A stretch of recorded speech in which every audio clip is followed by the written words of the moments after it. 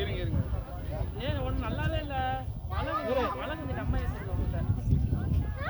Namachivayam